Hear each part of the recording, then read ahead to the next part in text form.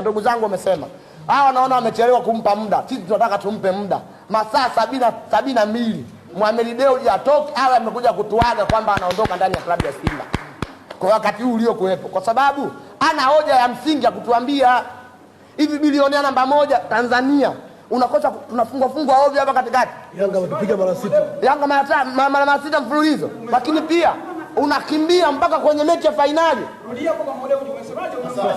Tumempa masaa 72 Mohamed Dewji amebeba vilago vyake aende. Simba sio timu ya familia. Simba sio timu ya kupewa mkopo. Kama alikuja Simba kwa ajili ya mkopo, kwa nini asiseme?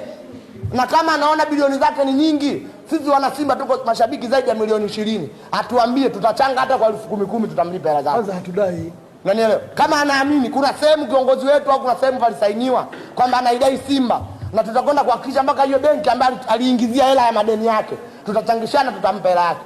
Wewe tulijua ni mwekezaji, wewe tulijua ni mfadhili, kumbe mwisho wa siku sio mfadhili, sio mwekezaji, wewe ni mkopeshaji. Finka. Umeelewa?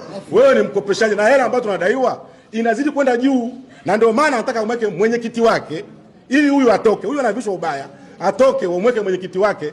Huyo mwenyekiti waendelee naye mpaka 2030 tudaiwe bilioni 300.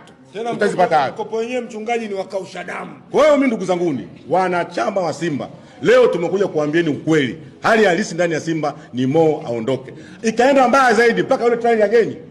Yule bwana yule alikuwa anasemea vizuri Simba, lakini alivyoona kwamba huyu anakoelekea kama Mangungu, ngoja na yeye nimtoe.